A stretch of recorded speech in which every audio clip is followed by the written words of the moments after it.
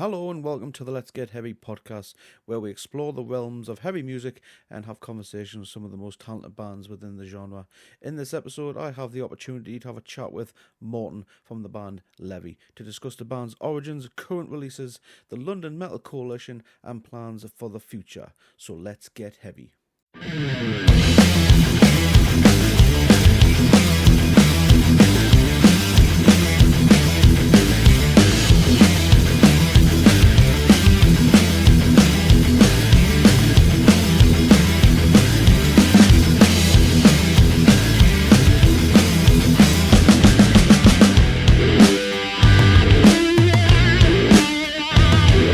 Morten. Hello, Morten. Welcome. Hello there. How are you? Oh, I am absolutely champion, mate. Champion. Thank you so much again for agreeing to sit with us tonight. Of course, it's. I know we've already had a. Thanks for having me on. I know we've already had a bit of banter before the interview, but I am very much looking forward to this because I've heard nothing but good things from Levee, and the music as well is top notch. So I was more than happy to sit down with yourself. Thank you. Thank you. I'm not very good with compliments, but I'll take this one. Thank you. That's absolutely fine. I totally understand the whole compliment thing. I don't take them very well as well at times. But no. So the reason for our chat today is because we want to know more about your awesome music, everything about Levee. So let's basically start with the origins of the band. We'll start with the name. The name behind Levee. Yes. So actually, we weren't called Levee in the beginning. We were called. The band started in Shanghai. I lived 10 years in China, and Wow. I was back in Shanghai. I started playing with a drummer called Devin Gallery, a guy from Canada, and we found out that playing in a two-piece actually kind of worked, and we really enjoyed it. Back then, we were called the Edited Arc, and then I moved to London, and we needed a new name. I was looking for drummers, and finally found a drummer, a guy called Frederick from Norway, very, very good drummer. But then we had to come up with a name, and my business partner, I have a company that does business with in Zimbabwe and Africa, and my business partner's son was this. He was 2 years old at that point, and his name was Levon, and we just called him Levee, and I was sitting, and it was like in the winter. Like winter in the UK, summer in Zimbabwe, because that's south of the equator, right? And I remember I was sitting there under a palm tree, and I was listening to a Catatonia record, Right. And then they sang "The Levee is Breaking." I was like, "What is a levee?" And then I looked into a levee, and a levee being like a dam that holds in a river, and I was like, "That's the name." And this little kid who's running around, and at that point this little kid was calling me daddy because his real dad wasn't really a presence in his life, so he started calling me daddy, and it was equal parts cute and terrifying, but he's very dear to me, and we called him Levee. And then I found out Levee is this thing, that sort of a thing that dams in. I can sort of see it as, we need levees up in our heads to sort of keep things from just spilling out and creating chaos. Like, we need a little bit of, I like the word. And then I was like, okay, Levee. And also when you write it down, there are 3 E's in it, and it looks nice. And I was like, it's Levee. That was the answer. Nice. That was a cool story. That was an absolutely cool story. So you were just a two-piece, yourself and Frederick, and it's quite a dynamic because you're from Denmark. Frederick is from Norway, as you've just stated, but the band is based in London. True. How does that come about? So for me, I ended up in London because of work. So Mm. I was here already before I found a drummer, and I had played in Shanghai and had managed to become sort of like an underground known band in Shanghai. Um, and then I came here. I wanted to continue the band, but it was difficult to find a drummer, I found out. And I was also I also made it difficult for myself because I was looking for a female drummer. I thought it would be fantastic to have a female drummer so that I would be able to have female harmonies over mine as we were playing live. Uh, that was difficult, and I had to give up at one point. And then all of a sudden, I found Freddie, and he had come to London because of music. He wanted to see if he could make session drumming or touring drumming a career. So he had come from Norway, and literally within I think the first week he was here, I sort of picked him up on this app called Bandmix. Maybe you've heard of. It's I sort of have like not. I have not. it's sort of Tinder for musicians. Okay. You go on and you're like saying, okay, let's say I'm a bass player. I'm looking for a band that plays these types of things. Or you go and you're like, I'm a band. We're looking for a guitar player or a new vocal and stuff. And then you basically just swipe. It's the same thing. And I found him there. And I think we bonded well over being two Scandinavians in London. He was very new here, and I think he sort of felt it was nice to sort of lean up against me a little bit in that regards. And yeah, we started playing, and he turned out to be an amazing drummer. Um, he's a special guy because he used to be a professional football player, Oh wow.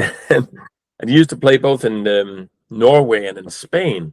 And then at one point he was like, "Is this what I want to do the rest of my life, or would I rather want to be playing drums?" And he's like, "Yeah, I want to play drums." And then he came to London to try to do that. So that was why he was here.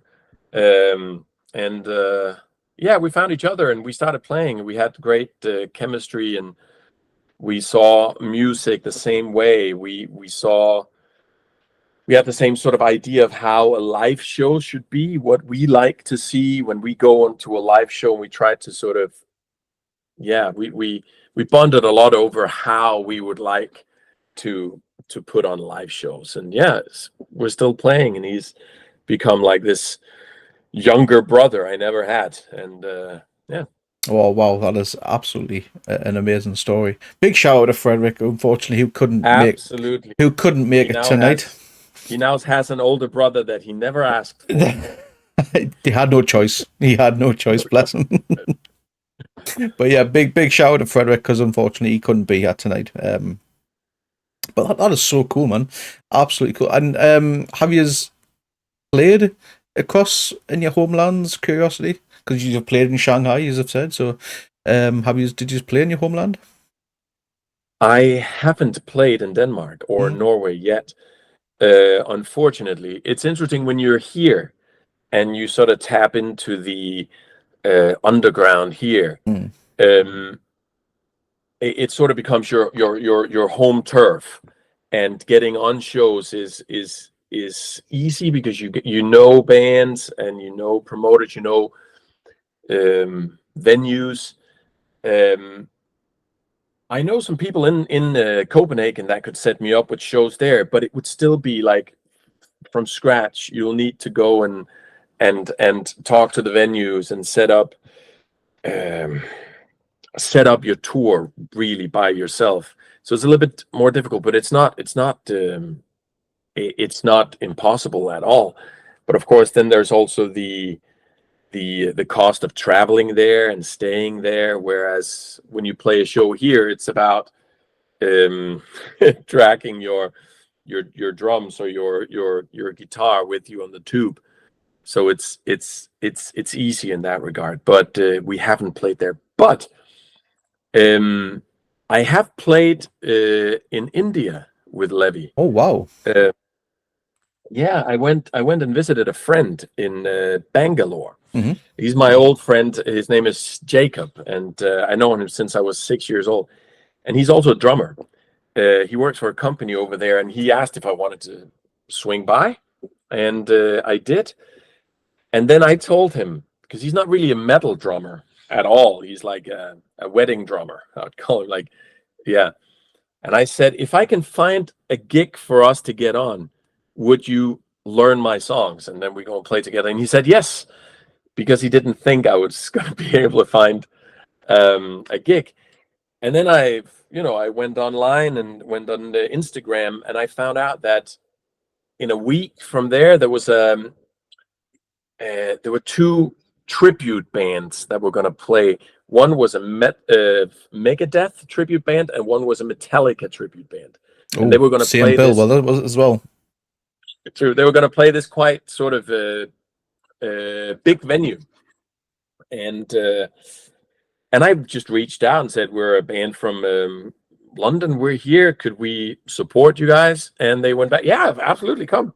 Oh, And then a week after, I found myself, I was on stage and sort of doing a duet with the Metallica tribute band as they were doing Enter Sandman in front of a packed venue, all Indians, but all of the same metal tribe that you and I are part of, like all in like metal shirts, um, completely the same tribe, same references to bands, same thoughts, same like very very much the same tribe, just in India.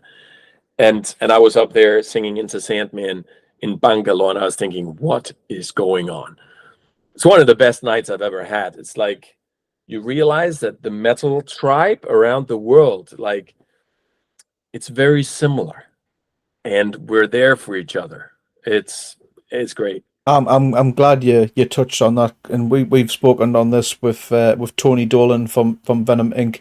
It doesn't matter what part of the world you come from, No, what your religion is, your sexuality. It doesn't matter what you are.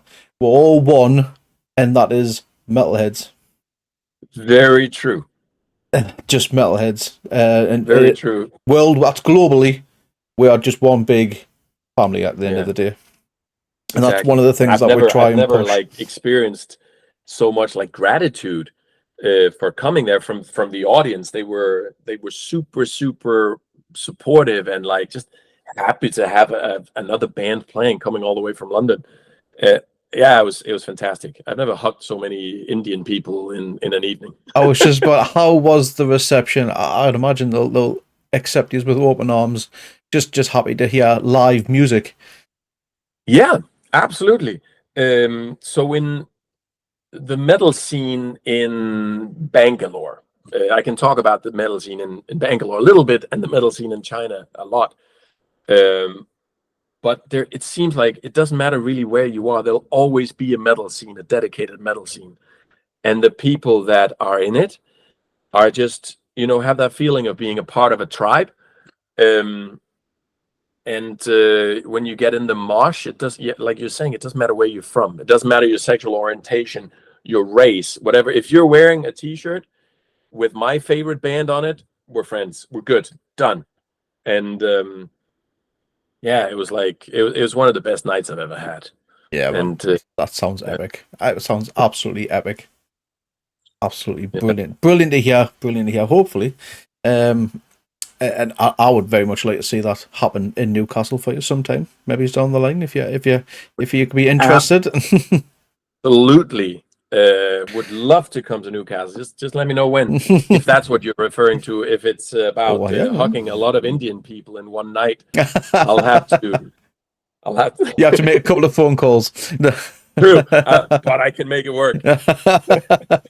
Well, there you go. If you can make if you can make a gig happen in short notice, why not? Exactly, exactly. So, for anyone who is new to Levee, Hmm. can you explain your sound? Yes, it's very riff based. So all my gateway bands are like that was like those are very riff based. I think one of my most important gateway bands were Rage Against the Machine.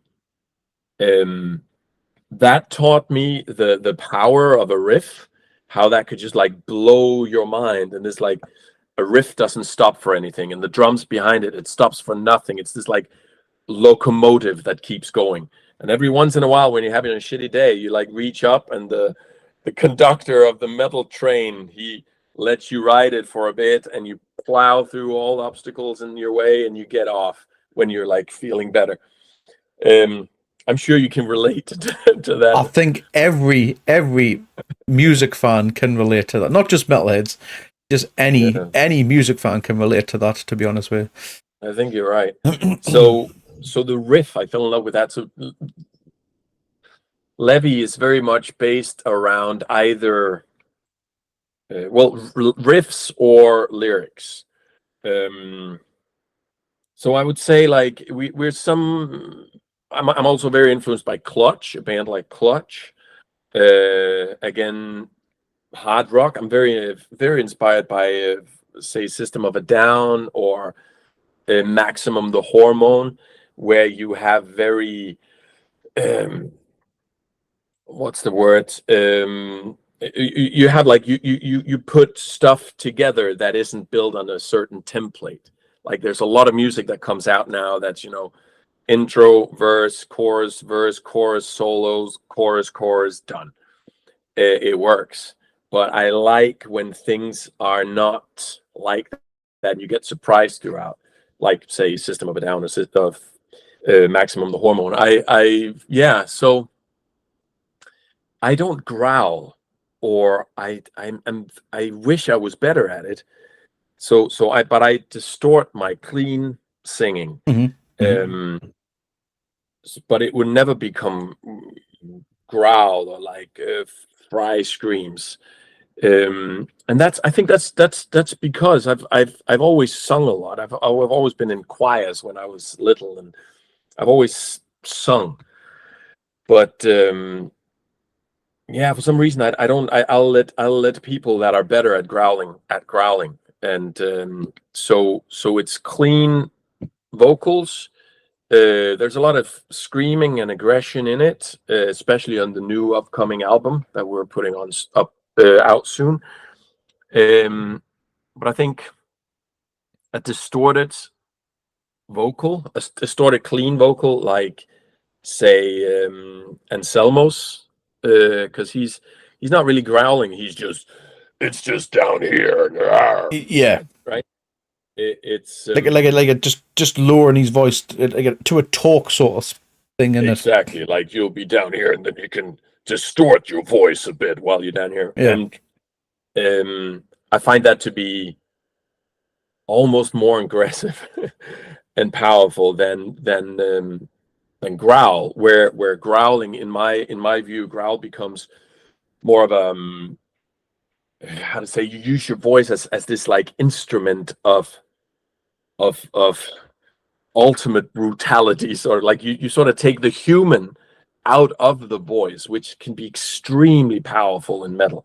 So but it's riff based, it's hard rock, and then I try to I don't try I write lyrics that sort of when they have to be written, like I'll have ideas and then I will try to write them down.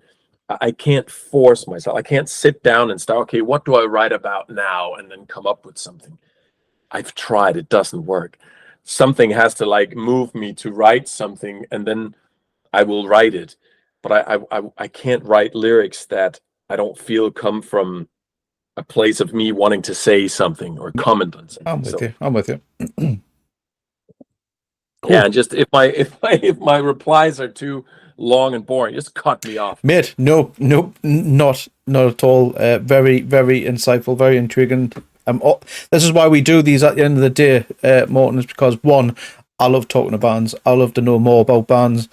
It's just good to chat with people. Do you know what I mean? It's good for my own personal mental health. Keeps me sane. Just chatting with people, discussing metal, because at the end of the day, I think I've told everyone that I come across, I fucking love metal. Do you know what I mean? I can't get enough of it. Nope. It's there for me whenever I want it to be there for me. Whenever I need it, it's there. It supports me. Do you know what I mean? So Exactly. I think this you're touching on a very, very important thing there, like in terms of mental health. I think it's a help for a lot of people. It's a help for myself. Like, I find metal people the most peaceful people in the world because they have that sort of outlet. They put on some metal and they whenever like the frequency within needs to sort of be matched by that metal aggressive frequency, and then afterwards you're like, ah, nice and calm. The most peaceful, calmest, most love-filled festivals I've ever been to have been metal festivals. 100%, Nothing but love and hugs. And 100%. yeah, And that quite you'll not come across a more diverse, because yes, we are metalheads at the end of the day, but they'll branch off and listen to other music. They're not just metalheads at the end of the day. absolutely. Myself listens to old school gangster rap from the late 80s to mid 90s.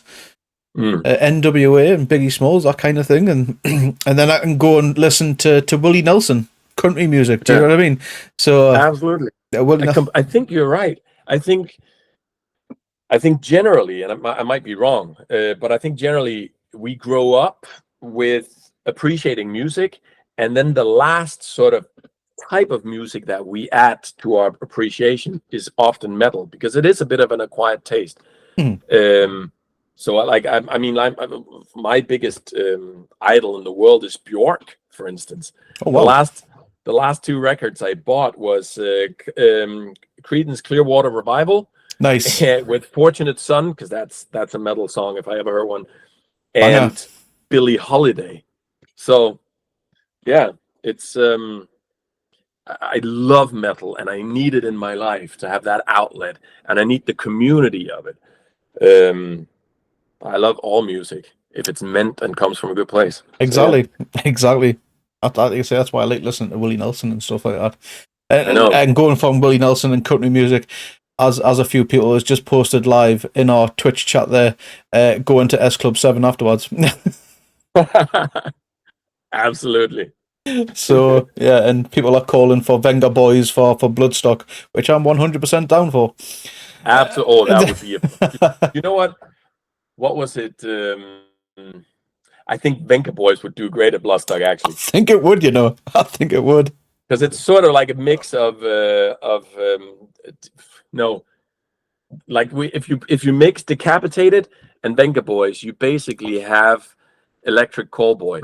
Wow, And I've never seen a better concert than last year when I was at Copenhagen, Denmark, and I saw those guys play. It was like half techno, half metal. I've never seen a bigger party. Oh my god! Have you seen those guys I live? saw them in 2022 in Newcastle. It was myself, a group of my friends, my wife, a couple of our Twitch following, and holy shit, what a show! Just, it was the best show of the year for me. Best album, techno was the best album of that year as well, and just wow, just wow. That's all I can really say. It was just mind blowing. Yeah. Just the That's another thing I performance. love about metal, that there aren't really any rules within metal. Like whatever you find out. Like I'm talking to a guy who they're interested in joining the LMC, and they do rockabilly thrash. Wow, And I'm all for it. I need to hear that. So you can, whatever you want to put together that speaks to you. Rockabilly thrash. I need that's something that I didn't know I needed until you've just mentioned it. Exactly. I need to hear that. Really good. After this stream, I'm hunting for that. Absolutely. So we've got at the moment just a handful of singles. Latest one being Outraged. Am I correct? That's true. Yeah. Yeah, nice one. So can you basically go into some details about the themes that you go into on some of your songs? Story. What some is of the themes? Well, what's the story behind Outraged? That's a good one. So there will always be some sort of theme. I always feel like there's something I I need to say, outraged was I was actually part of I had two friends in Shanghai that was putting on this theater show that was called Outraged, and it was sort of like a commentary on their on I don't know, social media and people being outraged about everything all the time. And I was playing guitar in that show, so I was sort of accompanying on an acoustic guitar. And I wrote this song for that because I needed to sort of yeah, there was a part where I needed to write a song. The idea there is basically just around how hell today exists, and it is a Facebook commentary. Like you don't want to go there. And some people, they still go there. They go to like social media commentary to try to discuss things, but it's just where the worst parts of humans go to throw shit at each other, and you can't be there unless you have a lot of ironic distance and a lot of thick skin, because that's where the worst parts of humanity comes out. And I tried to write a song that wasn't like on the nose about that, because that can be a little bit too much and maybe a little bit cringe.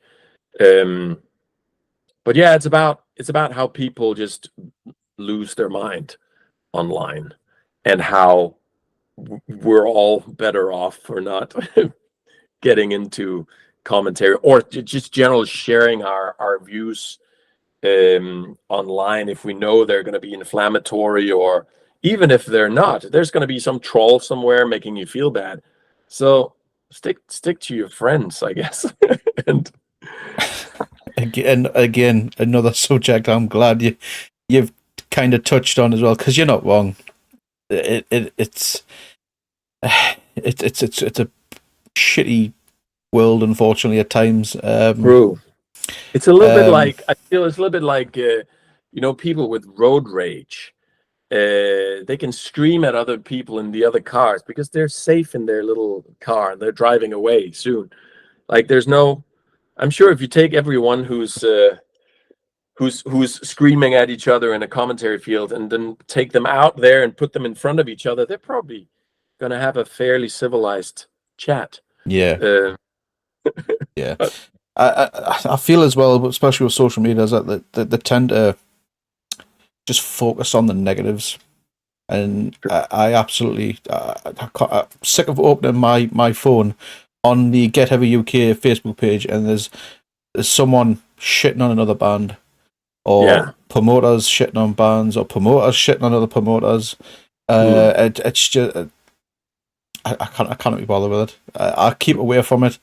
I don't yeah, get involved. I don't comment on it. I stay silent and just focus yeah, on what I'm doing. Like I say, focus on on the people who are promoting the positive stuff in the world.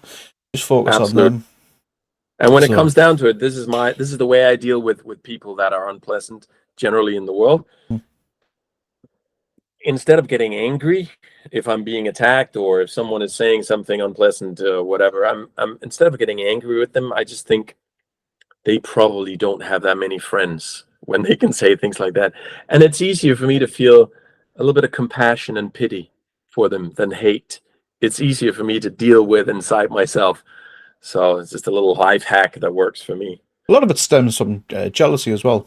People can't handle other people's success, and they try and bring it down. Yeah, true, absolutely. And then again, I'm thinking, if you don't have more confidence, and you probably just need a hug more than anything, you know.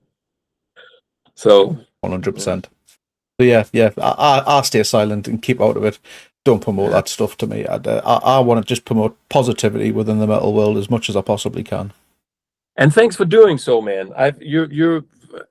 You've done a lot of work with LMC bands, and I have, yeah, and because I love the majority. Well, everyone who I've spoken with so far in the LMC have been nothing but supportive, loving, caring. Do you know what I mean? yeah, Shout out, to Steve Brill from Wargrave. Absolutely. Case from Halberd, Laz from Worship the Sacrifice, Sonny from Sacrium. Do you know what I mean? I've interviewed those bands. I'm hoping to have, because that was my goal that I set mid 2023, that I will interview every LMC band, no matter how long it takes. You're awesome, man, and it means so much for us. Like it's yeah, it means a lot, because we don't know how to run a podcast, right? We don't know how to conduct interviews. Mate, but still, when we were a musician, I don't either.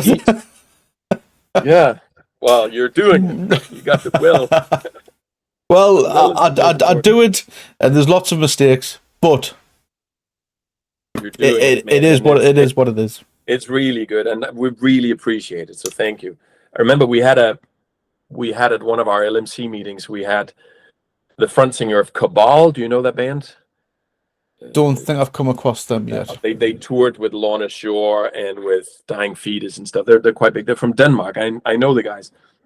And the front singer, he said, so we were picking his brain on all kinds of different things. And he said, if you think being in a metal band is about writing and playing metal, you're going to have a bad time. It's all about knowing promotion, how to do that, knowing how to get on the right shows, management of the band, social media, and it's true. We have to be all of that, and we aren't. So we need people that can help us with that, like you. So thanks, man. That's no worries. Like I say, it's my way of just giving something back to a genre that gives, like we've said before, gives me something every day. I can't play a musician, an instrument the same way. I know there's a bass standing behind us, but I can't play it very well unless it's a triangle. There's not many people who want a triangle player. So this is just my way of just giving something a little back to bands who, like I say, who give me endless material since I was a teenager. So, well, now you're saying that, I'm now. We are recording a new album. I would be open to discuss getting you on a triangle on one of the songs. There we go. Finally, someone wants a triangle player. I've been waiting all my life to hear someone wants a triangle player, and I finally made it. I can tell me mom, I can call it mom, I've made it. Exactly. I'm going to become a musician. Mom, I'm going to tour Scandinavia on this triangle. That's it. Eve, I'm just going to stand there perfectly still, just looking over at you, just until you give us the nod. And then done. There. Go. Yes. Don't toy with my dreams, Morten. Make it happen. Well, I might just have you on. Oh well. You can record triangles there. There we go. There we go. Stay tuned. keep tabs on that. Brilliant. So you also mentioned earlier about a possible new album. Yeah. So when well, first of all, are we allowed to know what the name of the album is going to be? Right now, the working title is Levee 2. Levee 2. There we go. Top secret information there. Levee 2. That's the project Levee name. 2. And or it is going to be called Levee 2 or White Walls and Black Holes. Let's see what happens. Nice. But we're recording that, and it's. I know it's quite popular these days to put out an EP with 3 to 5 songs, and we were thinking of doing that too. But I just love the album format, and I love that you, when you have, like, let's say 35 minutes to tell some sort of story. So I think that's what we're gonna do. So it's probably gonna be 8 or 9 songs, most likely 9. We've started recording. We've already spent 2 days in the studio, and all drums are tracked. Oh, wow. And two songs are tracked, have guitars tracked, and we've managed to create, because we are a 2-piece, it's just when we play live, it's just a guitar and a drummer. And in order to make it big enough, because we don't have a bass, in order to make it big enough and have enough low end, we worked a bit in the studio to get that but we're working with a really cool dude called Alessio, who has a studio called Rogue Studios out in Wembley, and he is very good at what he does. And we've managed to get the guitar sound so beefy that we don't need to record a bass. And that's quite nice, because then we'll actually be able to go and play live to just two people what we have recorded too. So yeah, it's going to be heavier, and I think it's going to be heavier than what's out already, because of just me hanging with all these other bands in the London Metal Coalition. I think we're close to 60 bands now, and I've gone to so many metal concerts the last 2 years and getting inspired by performances, by music. I've listened to so much new metal out of London, and I think that has sort of subconsciously inspired me to make it heavier. So yeah, the sound is going to be much heavier. And So, yeah. when can we expect the first release, or is Outrage the first release on that? Probably over the summer. We have hopefully the album should be all recorded and mixed and mastered in June. And yeah, because in July the plan is for us to we have another project of recording a new collaboration track of the London Metal Coalition. Oh, This is the first time I'm telling people here. exclusive, guys! We're going to hear a new LMC Coalition track sometime soon. The band Halberd, which is thrash band out of No, you got it right the first time. Trash band. That is actually true.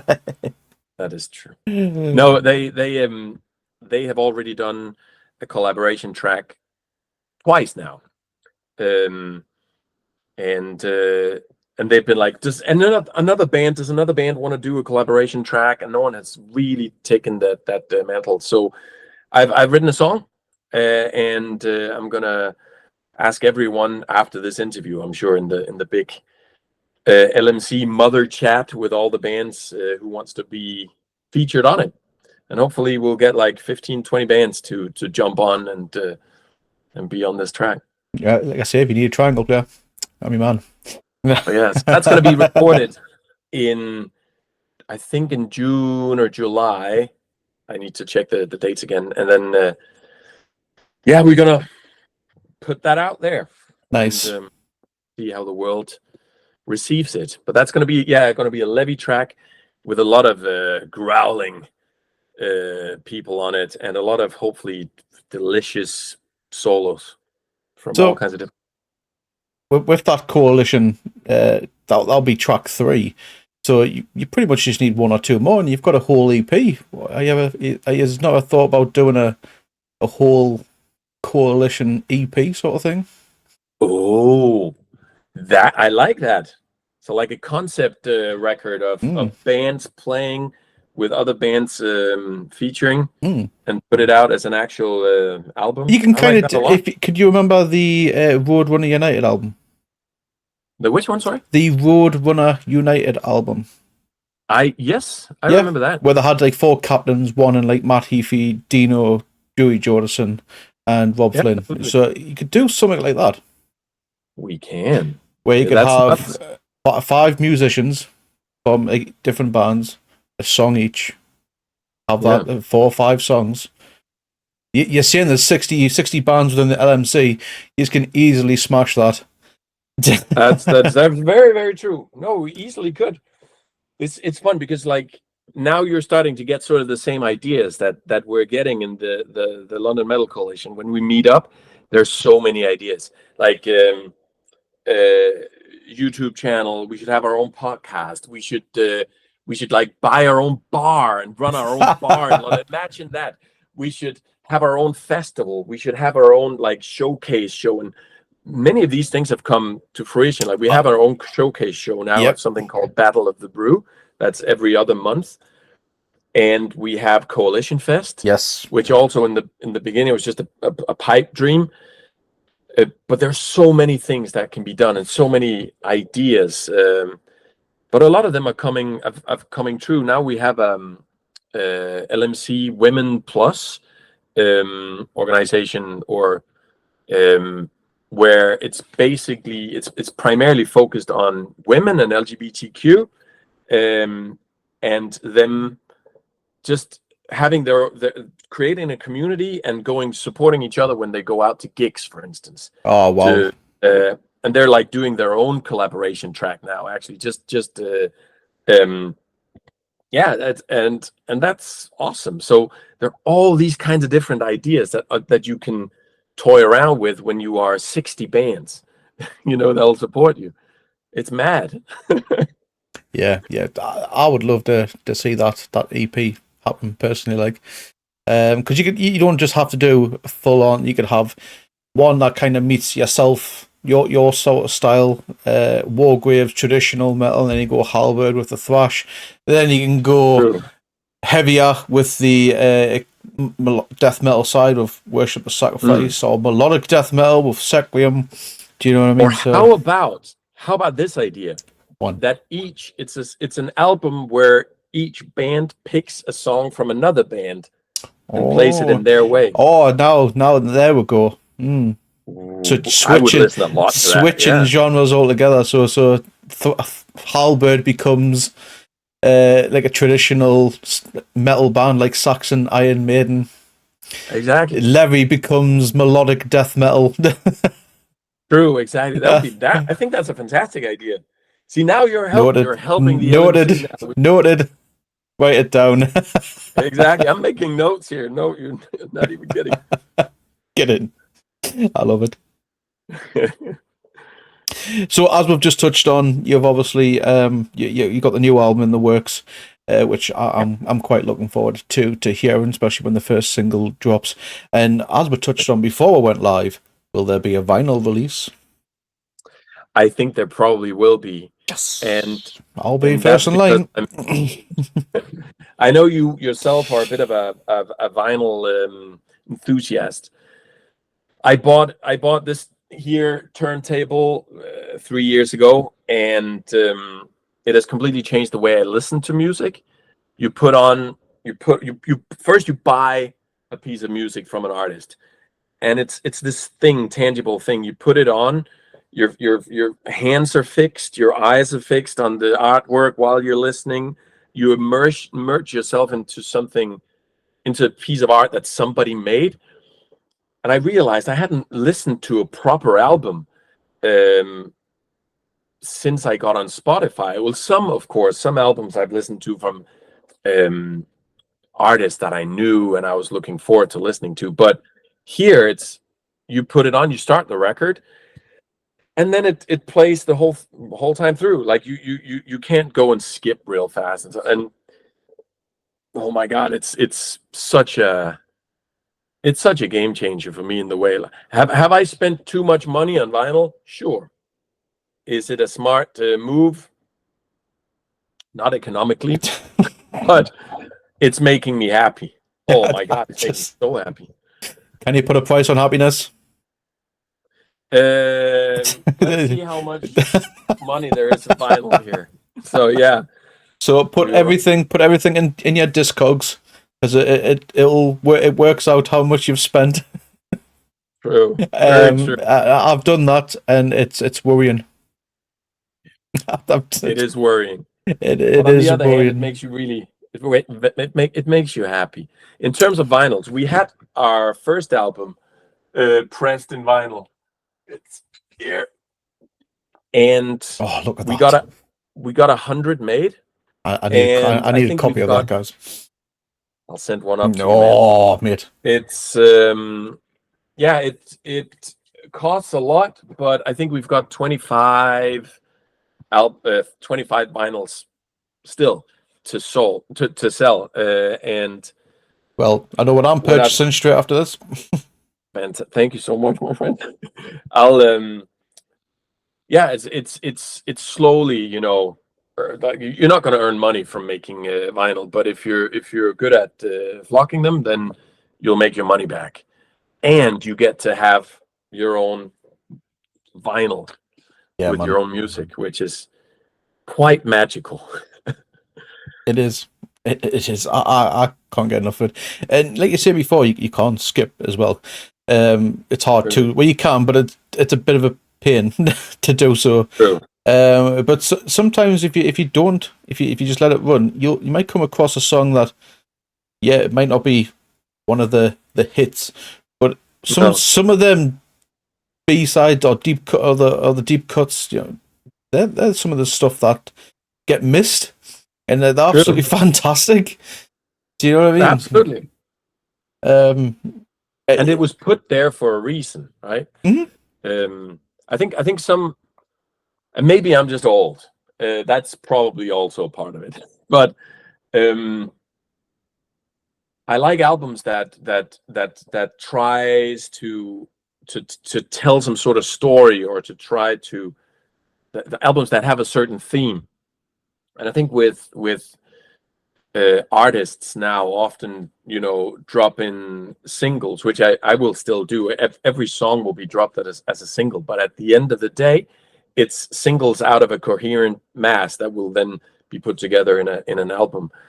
But you see, like, songs that don't necessarily belong together will be put out, and I think that's what Spotify has done to the way we listen, and it's not bad or good, like it, but I guess I really like I like to buy a record, and then I feel there's some people that have thought everything through on this piece of art, down to the whatever's been written on the back of the album, right? Yep, yep, 100%, 100%.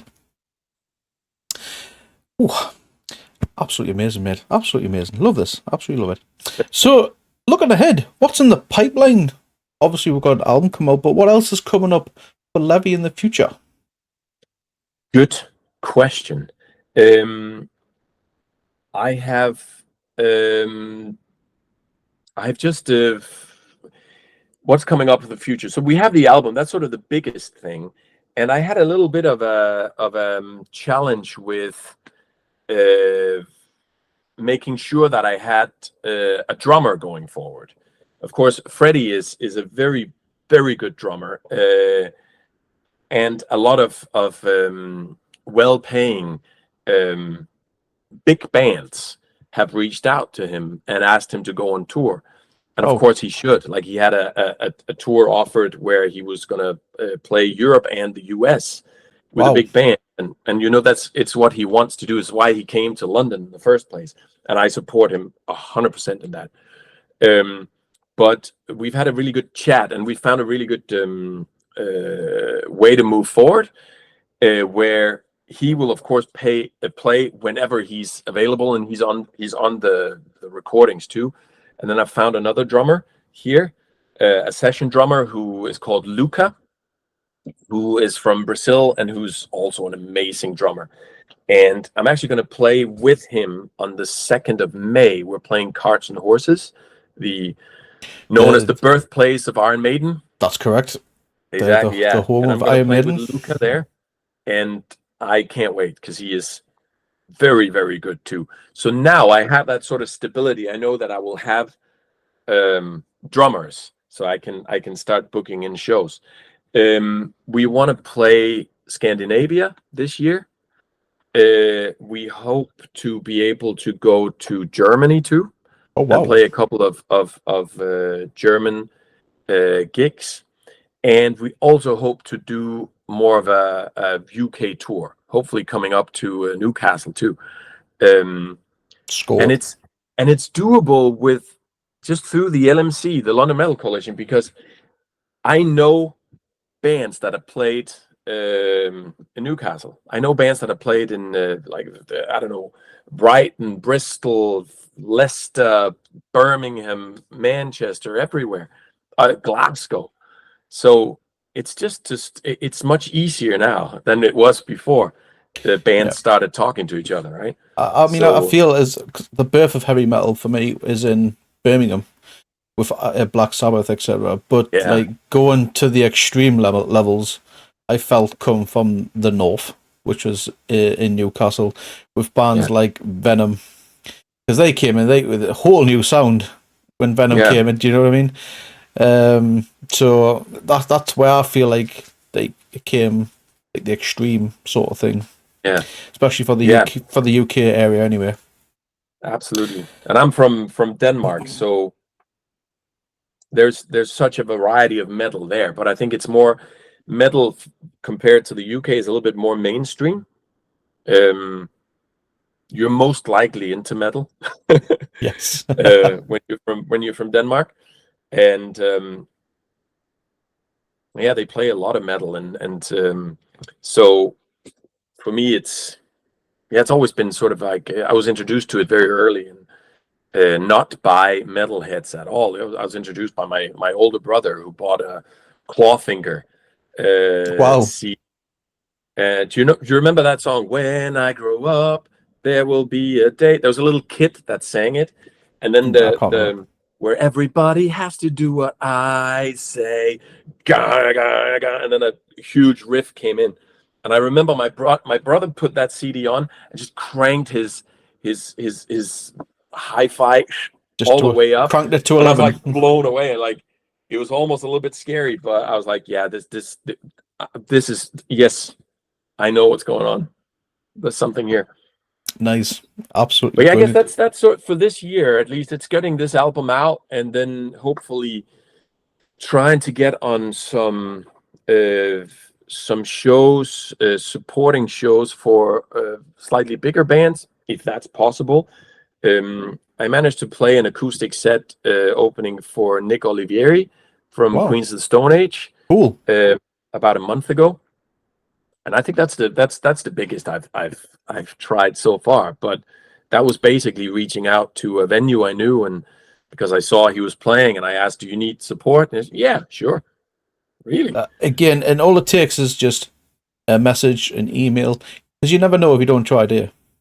very So true. Yeah, that is to anyone who is watching this live or watching this back later. Just if you're in a smaller band, just take a shot. Just send an absolutely, email, because it worked with Wargrave. Wargrave, they sent an email to a gentleman called Tim Ripper Owens, who was absolutely, formerly of Judas Priest. exactly. Yeah, go on, I'll sing on one of your songs. Yeah, Wow. So exactly. just take a shot, take a chance. Yeah, actually, he's that guy is a bit of a legend because there's a new band that has just entered the London or joined the London Metal Coalition Yeah. called Tempest Saint. Okay. And they also got him, Tim Owens, Right. to feature on one of their songs. Wow. And that's a band, and they're very new. They have two songs out, and yeah, very new. But like, what a legend! Didn't have to Being do it, like, did it? no, let me help out. Let Yeah. me. Fantastic. Could have just ignored or just said no. No, yeah, let's do Sure. it. Let's do it. Do you know what I mean? Absolutely. I'll be Yeah. 100%. That'd be brilliant. Imagine them turning up as well at Coalition Fest with Wargrave and Tempest. That'd be Exactly. pretty. But it makes a lot of sense. Like whenever he will have a concert or do anything creative in London, like most of the LMC is going to be there. Mm, You know, so 100%. And how give was him that. your experience with that Queen of the Stone Age performance? Did you? It was great. So Nick Olivieri has yeah, he of course he was a big part of the Queens of the Stone Age and sang on some of the first songs that came out. And so there are some stories about things that has happened in the past with him. Mhm. My experience was that he was a kind guy. He was very appreciative of the supporting acts. Um, he had the most metal rider ever. He he had asked for a bottle of tequila Right. and shots glass, and then everything you need to make peanut butter sandwiches. That's a metal rider. Nothing else. That's it. And I thought that was pretty cool. Tequila, And shot glass, and anything to make a peanut butter sandwich. exactly. then you're in the metal. But he was super sweet, and we talked a lot about how, like, the difference between going on playing a concert when you have a full band and then playing just acoustic, you and a guitar. Like, you're naked in a different way, but you can also like interact with the audience in a different way. And then we got a couple of shots and some beers, and then from the green room at where we played, it's called the Signature Brew. It's a brewery, so you're playing in between all these tanks full of beer. It's fucking fantastic. And at the very back of the room, like behind the audience, there's a window to the first floor where the green room is. And he was doing everything he could to sort of get one of the supporting bands to mess up by he was writing things on a whiteboard and putting it up in the window, and like he was fun. He was a fun guy, kind guy, a guy who's seen the world. Nice one. That is brilliant to hear. I thought you had a good time and a good experience as well. Because sometimes, if you are a fan, going off my experience with Dave Mustaine, and I've touched on this quite a few times. My experience with Dave Mustaine, he was absolutely lovely with me. He was a gentleman, kind. Yeah. Signed my CD. Nice. So, and we got a photograph with the entire band as well. He was nothing but an absolute gent with me. But other people's experience have not been so great, unfortunately. And you've had a good experience where some people may not have had a good experience. And just make up your own opinion at the end of the day of somebody. Yeah. Don't listen to anybody else. Just make your own opinion. It reminds me, once one of the best experiences I've had with meeting someone who was something was Jason Newsted from Metallica, who he did his own solo project, and he was traveling with his own band. And I was on the same plane as him, and we were what's it called, boarding. And I was like, that's Jason Newsted. He's been on some of the albums that were most important to me. So I went over and I just said, I just want to say thank you so much for the music you've made. That's it. Don't want to disturb you. Sorry. And he's like, oh, that's fine. Come on. And then we ended up talking for like 10 minutes, and he was talking about a show he's just done. And we just like the nicest dude ever. Nice.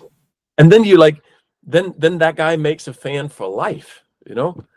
Yeah. 100%. Yeah. 100%. Oh, well, Levee, I've had an absolute epic time having a chat with you. It's been absolutely, absolutely amazing. I can't thank you enough, man. And it's time to open up to the viewer questions. They answer the real nitty gritty stuff, the entertaining stuff. So while we wait for them to type their questions, whoever is watching live, can you please use the channel redemption point? Ask a band a question.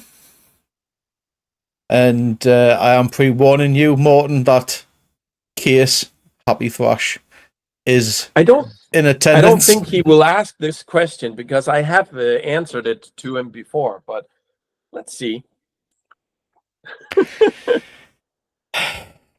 He hasn't used the channel redemption points. Tut. Use the points, Happy Thrash.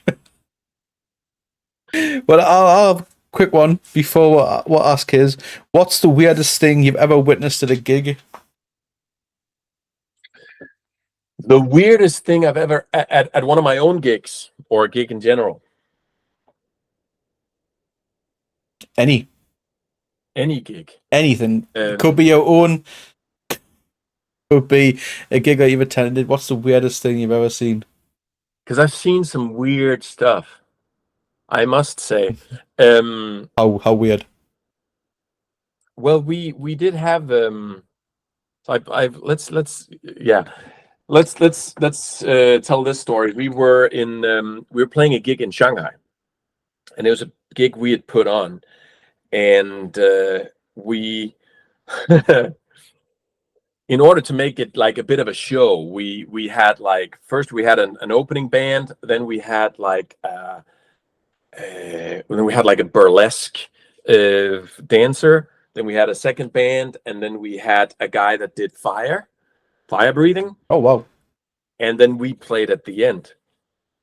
And it ended up going completely haywire because the fire breathing, it was a guy from Scotland actually called Callum, and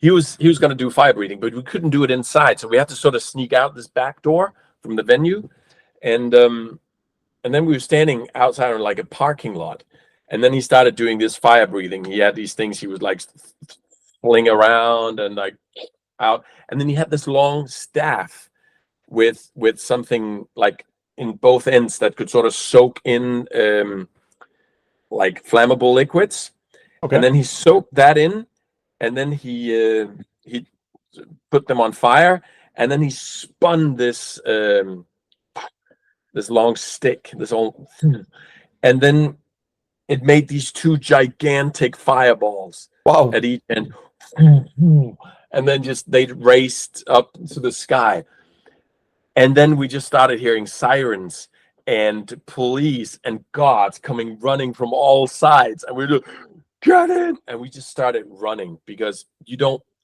want to get caught doing something that's a little bit edgy in China. And yeah, we as I remember, we scattered for a bit, and then we sort of came back and checked if everything is okay, and everything's okay, and then we played our set. So Nice. good times in China. That sounds brilliant. So we've got a couple of questions. They are in. And Yeah. we are kicking off with Case from Halberd. I'm going to have to put another disclaimer on this video on that.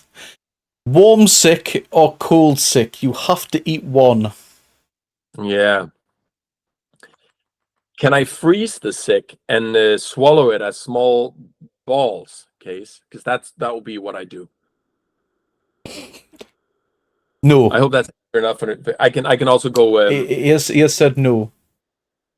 Okay. Has to be fresh. Okay. If it goes cold, then it's not fresh, though, is it? So that's a good point. Depending. Yeah. So fresh would be I would go just with cold, because warm is it's a bit too. Dude, I'm not. God. What's Yeah, Case. I wouldn't expect anything less from him, but I would say cold, and it has to be only like semi-digested milk that comes up. Then I think I could do it. At least it's got carrots in it, I suppose. You get your 5 a day. You got to get your vegetables in there, haven't you? That's true. two birds with one stone. Exactly. You get your vegetables and you make Casey happy. I think Casey's tried this, you know. Otherwise, why is he asking? That's true. He has a genuine interest in these things. And they're often sexual. That's another thing. You have no idea. I unfortunately do. Well, to be fair, he's got my number, and I get random voice messages of his stories. So yeah, I can wake up after a night shift, and there's a couple of voice notes from Case. Just some random stories. I know, they're great. The biography I want to read is his. I don't think I'll be allowed to come out. Probably not. Don't think I'd be allowed to come out. It'll be very X-rated, at least. It definitely 100%. Not for the faint of heart. That's what it'd be called. My lovely wife, Bella Biohazard. What is your Greg's order? That would be the vegetarian sausage rolls. The vegan one, yeah. The vegan one, yeah. Vegan sausage roll. Yeah, they're actually really decent. There we go. 13th hour. Our good friend and also part of Get Heavy UK. Mm-hmm. What's the best venue you've had the honour of playing? That is a good question. I think it probably has to, every venue has different things going for them, but I would probably say it's Signature Brew. Um, because again, it's a brewery and you're standing in the middle of all these tanks filled with beer. You know that you're drinking beer fresh out the pipeline. Um, Just get a direct like hose sort of thing, or like a big giant straw. exactly, exactly. Attach it to your Like mic. Attach it to the microphone stand. through like Homer working at Duff Beer, just in under a tank. And yeah, so I think that is the best venue. But then again, maybe the best experience I had like was in Bangalore, because it was in India. Mm. I was playing for a full room of Indians being appreciative of me playing. And then there is, of course, the Dev, which you can never go wrong with the Devonshire Arms in Camden. It's like the epicenter of metal in London. It's a dive bar. It's not very big, but it's always great playing there. And It's that's where always Coalition Fest is it? no. No. Coalition Fest is at New Cross Inn, which is much bigger Okay. than the Dev. But the Dev is like, I mean, there's always going to be a crowd, and it's always fun. And I've now twice I've been able to jump onto the bar desk and play from there. I have a little agreement with the manager that I'm allowed to. So it's just Nice. it's yeah, that's a fantastic venue too. I want to mention there are a lot of really good venues here. The brewery that you just mentioned, 13th Hour has just touched on that. It sounds similar to Anarchy Brew in Newcastle that we have. Yeah, Similar. Obviously that's a brewery as well. And it's just the craft our own beers, etc. awesome. There's something, I don't know, I can't think of anything more metal than playing at a brewery. I saw Gamma Bomb there, and even they said live on stage, oh, Gamma Bomb Irish beer. Do you know what I mean? It's like this. Exactly. They were like, "This is dangerous, putting us in a brewery with cans, Yeah, endless supply of beer. This is dangerous." true. We've started having these showcase shows for London Metal Coalition bands, and we have them at Signature Brew too. And it's just great. Like last time we filled it up with people, and it's just a piss up in a brewery. A great audience. I think it fits like 350, 400 people. Great sound, and you have everything there. There's like a place you can order food. You have beer, the freshest of beer. You have it's just great. Yeah, It's man. great. Monster bit me, who was currently in chat from who was from Denver. He just says they've got a metal brewery in the Denver area. Too weird. They do concerts, but it's pretty small. So Yeah. they, There's another microbrewery up in Camden where we're actually going to put on. It's very small. It's like it fits in one of those like arches under like a railway. You know, they have these arches. Fits there. Very small, but they do fantastic beer. Werewolf beer, it's called. nice. And we're going to put on an acoustic metal show there soon. Just like we can't really make that much noise there, but it's just a nice curveball to be served. Like you play metal and you growl. Here's a guitar. Do an acoustic set. Fuck.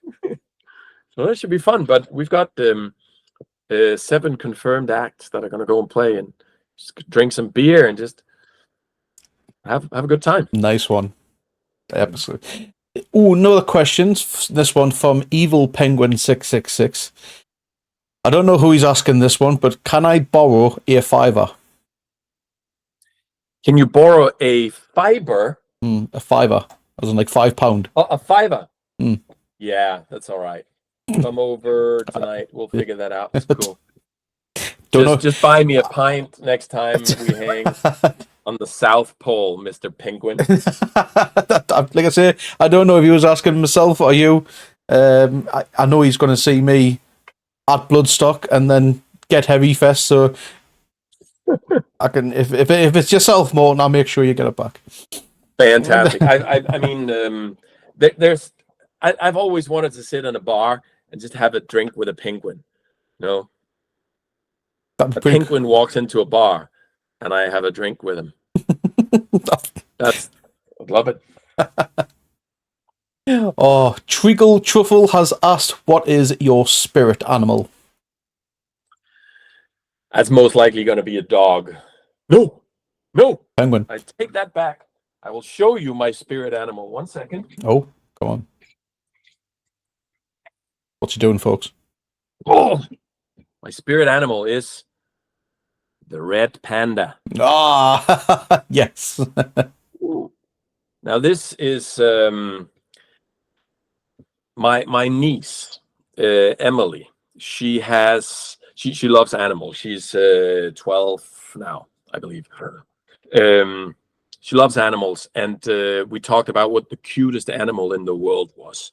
She was talking to her uncle Morten, and we agreed that it was the red panda. And then she gave me this little red panda for Christmas. Oh, and bless. He follows me when we're out playing. He lives in my pedal rack, so he's just making sure that the pedals are doing what they should while we're out playing. And I like to, every once in a while, when I remember, I'll just take a quick picture of the red panda and send to Emily when I'm out playing, so she knows it's there. So Yeah, that's my spirit animal. Save it with stick onto your headstock. Yeah, that'd be cool. That's a good idea. Done. And then it's forever. Have it so it's like watching over you, sort of thing. Yeah. Exactly. Yeah. And I like that. Opeth Girl, our good friend from Dubai. I know favourites change from time to time, but what's your current favourite song? My current favorite song, I think my current, when you make music yourself, often you have your own music up in your head. But I won't actually right now. Let's say this week, my favorite song is Creedence Clearwater Revival with Fortunate Son, because it is it's a very political, it's very well written. It could be played as a metal song. It has that same anger, and it's like this anti-war, anti-Vietnam War anthem. So that would be my favorite song right now. Nice one. Love it. Yeah. So, in case there's any other questions ready to be typed up, I'll ask, if you could only have one album to listen to for the rest of your life, what would it be? Ooh. One album. That's a and It gets everyone. Can it be an album, like a collaboration album with a lot of different artists? Or I got asked this by 7 Year War. Nope. It's just one album. Gotcha. One album. Well, that would have to then be the second Sigur Rós album. So I listened at Sigur Rós. It's probably the band I've listened to the most. It's a band that I would put on the record when I fall asleep. It's this sort of ethereal, it's just like it's like beautiful sound. Oh. And it just makes one's heartbeat lower. It's the opposite of metal. Nice. but yeah, it would be a horrible torture for me only to have one album, but it would be, yeah, the first album of Monster Baits asking from Iceland, is that correct? The band that you've just mentioned? Yeah, exactly. Iceland. Yeah. Nice one. Excellent. So I can't see any more questions. So final one from myself before we call it a night. Morten, if you could cover any song throughout the music world, any song in the style of Levee, what would it be?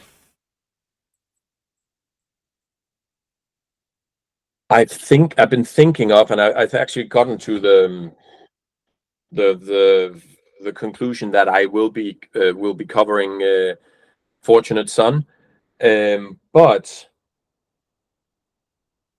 I think it should be the saddest, most beautiful song in the world, the song that you cannot listen to and not start tearing up a bit, and it'll be Nina Simone with Lilac Wine. Wow. I don't know if you know that song. I do not personally, but I like the sound of the name.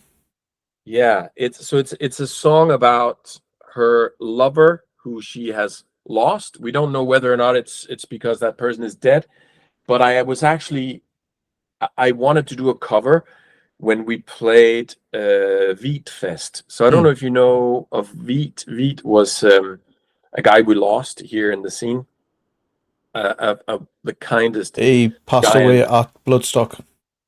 Yeah, exactly. Yeah. The kindest giant in the world, the kindest Viking, a really, really good guy through and through. And he was in so many pits. He's been to many Levee concerts. He's been to all concerts. Like, he was just such a nice guy. Yeah. And suddenly we lost him way too early. And I thought that was yeah, we when I learned of the passing from Case, we crowdfunded, obviously, the GoFundMe page that was going around for his funeral. We spanned that in our chat, trying to hopefully help out some more from. So yeah, big love to that person. Yeah. And I know that it was so humbling to see that how the scene came together to put on that show. We put on this we called it Veet Fest at the Fighting Cocks down here in Kingston, and it was completely packed. And it was, on one hand, a fantastic atmosphere of just like love and support, and I can imagine. metal. I can imagine emotional as well. I can imagine emotional as well. It was. So yeah, and I've always wanted to do a cover of that song because it is it's a beautiful song. Nina Simone with Lilac Wine. Ooh. And if you can sit through that and not tear up, do it. I think you should do it. Yeah, I think you should. I think we could make it work. I sort of know what I want to do with it. So yeah. Yeah, man. I would like to hear that. I would like to hear. Yeah, man. Cheers. Well, once again, Morten, thank you so much for your time. I really do appreciate it. Man. No, it's been an absolute amazing to chat with yourself. It's been very entertaining. I've loved every second of it. Me too. It's been so much fun, man. Thanks for doing it. Before we do, because obviously we will be continuing after the interview. I'll be playing some tunes, etc. What song can we kick off of the night? You choose the first song. What are we going to open with? It could be any song, anything you want it to be. Oh, any song I want it to be. In that case, I will choose. I will choose Decapitated. Decapitated. Oh. With. Here we are. From their newest album. I will choose the song Iconoclast. And why do I choose that? Is it because Rob Flynn features on it? No, it's not. It's because of the masterclass in how to start a song, how to build a song up. It starts with a riff that's being repeated and not much else, and drums, and it's already heavy. Then they add another guitar in the back. It becomes heavier. and then it goes into this like double like da da da da da da da da da da da da, and you think it cannot be heavier, and then the front singer says, Rasta, he says, "Let's go," and then it opens a portal to hell in terms of brutality with double pedals just going. It, Yeah, I saw Decapitated at Bloodstock last year, and wow, absolutely wow. they're so good. I was actually a couple of weeks ago. I was in Belgrade, Serbia, and that was primarily to see Decapitated and to visit a friend. And they were playing this very small venue, like 300 cap, and I was like, 3 meters away from them, and they were completely destroying them. It was, I mean, they were insanely good. Nice one. Decapitated, Iconoclast, and notice how they build it up from heavy to heavier to what the fuck to, oh my god, yeah. Love that. That is absolutely brilliant. Yeah, man, I can't thank you enough. It's been absolutely fantastic to chat with you.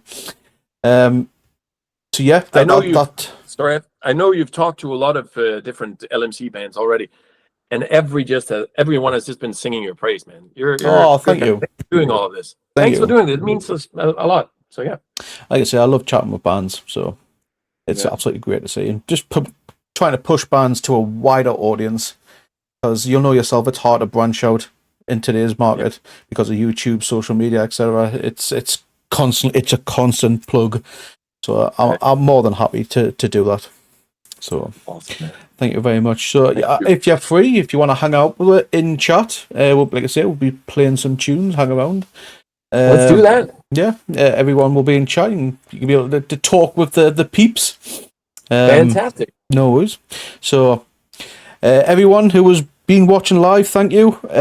Once again, this is Morten from the band Levee. Sorry, please go and check them out on all their socials. Add a couple of songs to your playlists, and just support the bands. That's what we always say. And we'll end just like this. The rules of the pit are the rules for life. When someone falls, we pick them up. Take care. Hallelujah. Hang around, guys. We'll see you in a few.